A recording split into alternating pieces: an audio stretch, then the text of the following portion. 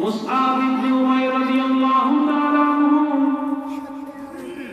কেমন প্রকৃতির মানুষ ছিলেন, কেমন মানুষ ছিলেন।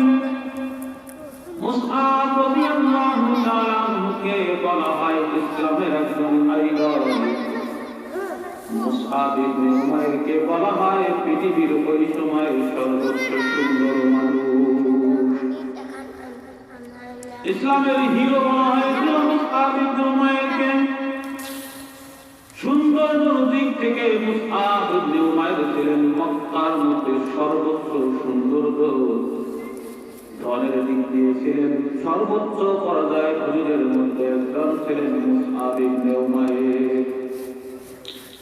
মুসআব ইবনে উমাইর যখন রাস্তা দিয়ে চলতেন, রাস্তা দিয়ে চলার পর পিছন দিক থেকে যদি কেউ যেত তাহলে বুঝতে পারত কিছুক্ষণ আগে সামন দিয়ে মুসআব ইবনে উমাইর গিয়েছিল। কিভাবে বুঝতো যে সামনের দিক দিয়ে মুসআব গিয়েছিল? এই পথ দিয়ে মুসআব ইবনে উমাইর অতিক্রম করেছিল।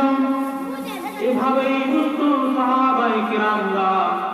কারণ ওই সময়ের মধ্যে মুসআব ইবনে উমাইর যে পরিমাণ উন্নত মানের সুগন্ধি ব্যবহার করত, মক্কা নগরীতে আর কোন মানুষ এত সুন্দর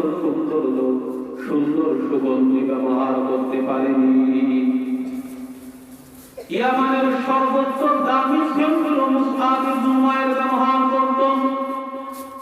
মক্কা নগরীর সর্বোচ্চ সুন্দর পোশাকগুলো মুসআব ইবনে উমাইর ব্যবহার করত। সর্বোচ্চ সৌন্দর্য অধিকারী ছিলেন মুসআব ইবনে উমাইর রাদিয়াল্লাহু তাআলা আনহু।